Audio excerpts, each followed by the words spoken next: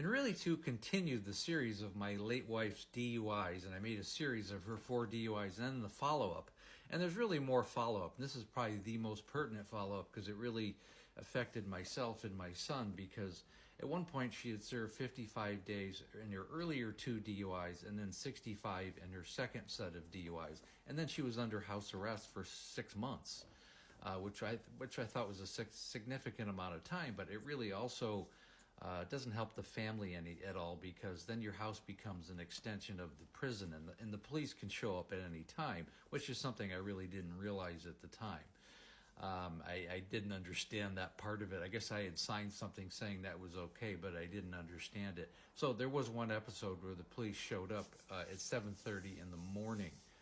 It was very traumatic, and it was very surprising, and it was really a turning point for myself, my son, and my wife. And this was probably about 2 years before my wife actually passed away, but it was about 7:30 in the morning on a Saturday. I was downstairs in my bathrobe. I think I was just looking ready for football games or something in my man cave. And I was in the garage, and I looked out the window, the little windows that are, through the garage door, and there was a police officer at the end of the driveway, and he was actually parked sideways at the end, so you couldn't pull out. And I heard knocking on the door, and I'm like, 7:30. I didn't really connect it. I go, what are they doing here? And I went through the garage, and I looked out the window, and they were looking in the window, and I was just like, I don't want to answer the door. I'm in my bathrobe. So I went back in the garage, and they kept pounding and pounding, and this went on for about 10 minutes. I'm like, wow, I better go answer the door. So I stuck my head in, and they saw me, and I went, oh, okay. So I went and answered the door, and they immediately walked in like they owned the place. And I'm like, well, what's going on, guys? They go, well, we need to spot check your wife. She's under house arrest, and she hasn't checked in a couple days. I'm like, what are you talking about? This is how ignorant I was of the whole situation. So obviously, this type of intrusion just innately pissed me off. It would have pissed off anybody. Nothing against the police. They're doing their job, and the officers were very kind, actually. So what I hated is they had to go up, get my son out of bed, which really, really made me angry. And the two of us had to go down, sit on the couch, and they went and got my wife, who was, at this point, she had a knee replacement surgery. She was on crutches. Took her about 20 minutes to get downstairs. It was this big, huge ordeal. And she sat down, and I was screaming at my wife. I'm like, now you've got police coming at our house on a regular basis. How much of this crap do we have to, how much are you going to put us through? My son and I, how are you going to put us through? Why are you putting us through this?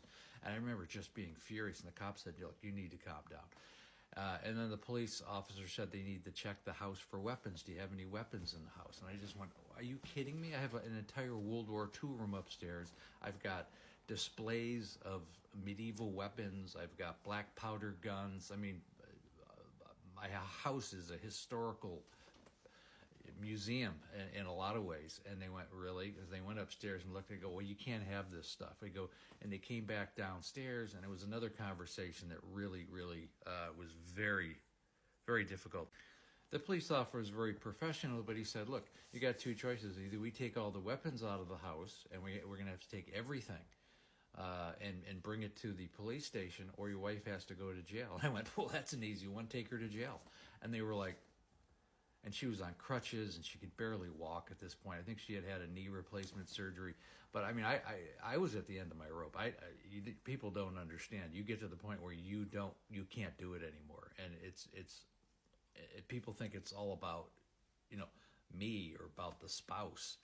No, you are at the end of your rope. This is decades of this just back and forth and disappointment and anger and frustration and animosity.